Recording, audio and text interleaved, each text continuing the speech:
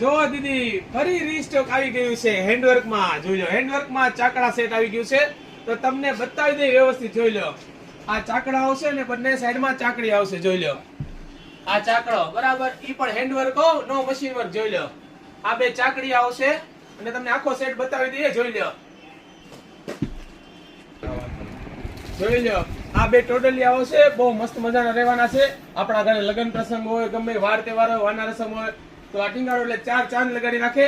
જોઈ લો, આ type set કરવું હોય તો આ ટાઈપ સેટ પણ થઈ જશે ભાઈ. બે ટોટલિયા અને આ ચાકડો. જોઈ લો, હજી ઘણી બધી આઈટમ છે. આવો બતાવી દઉં. જોઈ લો દીદી, આમાં ખજાનો છે, ખજાનો. કેમ જાદુગરની પેટીઓ આમ કાઢી એટલે નવું નવું નીકળે.